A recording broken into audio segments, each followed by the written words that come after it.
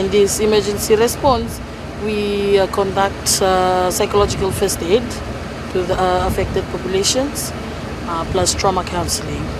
Mainly is just to attend to them psychologically, because most of them will be going through a tough time now since they have lost their valuable staffs.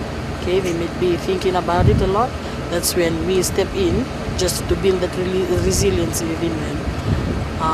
And on top of that, those that are facing trauma, plus any violence or any abuse cases, because this is the time of stressful, when they face these stressful events, they get so frustrated and angry that they might do other things which could lead to violence and abuse as well.